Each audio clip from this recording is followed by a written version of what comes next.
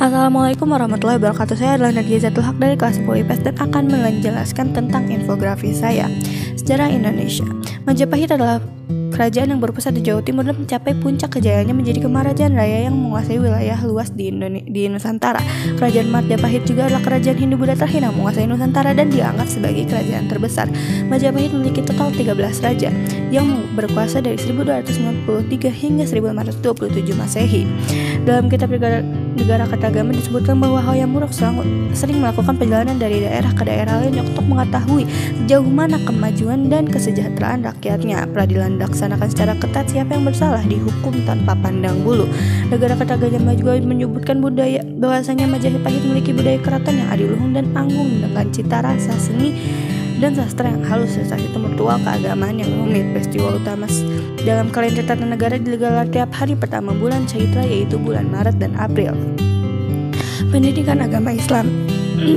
Islam dibawa ke Nusantara oleh pedagang dari Gurajat India pada abad ke-11 dan pada akhir abad ke-16 Islam telah melampaui jumlah penganut Hindu dan Buddha. Penyebaran Islam di Nusantara pada awalnya didorong oleh meningkatnya jaringan perdagangan di luar kepulauan Nusantara. Pedagang dan bangsawan dari kerajaan besar di Nusantara biasanya adalah yang pertama mengadopsi Islam. Geografi. Gempa bumi adalah getaran yang terjadi di permukaan bumi akibat pelepasan energi dari permukaan bumi secara tiba-tiba yang menciptakan gelombang seismik. Bisa jadi disebabkan juga oleh pergerakan magma di dalam gunung berapi. Akibat yang ditimbulkan oleh gempa bumi sangatlah banyak, tapi salah satunya adalah bangunan banyak yang hancur dan roboh. Tanah longsor, jatuhnya korban jiwa, menimbulkan kemiskinan, kelaparan, penyakit, dan bisa jadi tsunami. Cara menyikapi jika adanya gempa bumi adalah jika sedang dalam ruangan, tutuplah kepala Anda dengan bantal. Jauhi rak buku, lemari, dan kaca jendela. Jika sedang berada di luar ruangan, maka carilah lapangan luas atau ruangan terbuka dan jauhi bangunan tinggi, dinding, tebing, tegal, pusat listrik dan tiang listrik, papan reklame, pohon yang tinggi atau hal sebagainya yang dapat menimpa Anda. Dan yang paling penting adalah jangan panik. Ekonomi.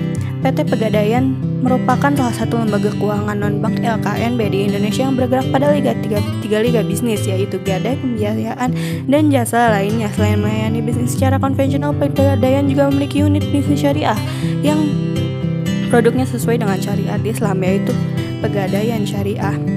Petugas pokok Pegadaian yaitu menyalurkan uang pinjaman atas dasar hukum gadai dengan usaha-usaha lainnya yang berhubungan dengan tujuan Pegadaian. PT Pegadaian Syariah memiliki produk yang bernama Rahan, yaitu merupakan pemberian pinjaman dengan barang jaminan berupa emas, berlian, smartphone, laptop, motor, mobil, atau barang elektronik dan barang bergerak lainnya. Pinjaman Rahan ini mulai dari 50.000 dengan sampai 1 miliar ke atas dengan jangka waktu pinjaman selama 4 bulan dan dapat diperpanjang berkali-kali. Pelunasan biaya Rahan dapat dilakukan sewaktu-waktu dengan perhitungan munah selama masa peminjaman.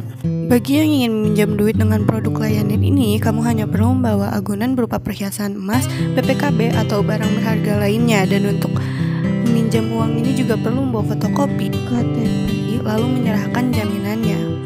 Bahasa Indonesia. Saya menulis puisi berdasarkan kisah nyata, yaitu Yuyun 14 tahun, korban kekerasan seksual dan dibunuh oleh 14 laki-laki di Bengkulu pada tanggal 2 April 2016. Bahasa Inggris. The Majapahit Kingdom is centered in East Java, Indonesia. There was an uprising called the Rebellion of Lembu Sara. The cause of this rebellion or uprising is because Mahapati accused that Lembu Sora will betray Majapahit, and so the soldier of Majapahit killed him and his two best friend. For my opinion, Mahapati is not a good person. Bahasa Sunda. Dan ini adalah nama mata pelajaran jika diubah menjadi aksara Sunda. Sekian dari saya. Wassalamualaikum warahmatullahi wabarakatuh.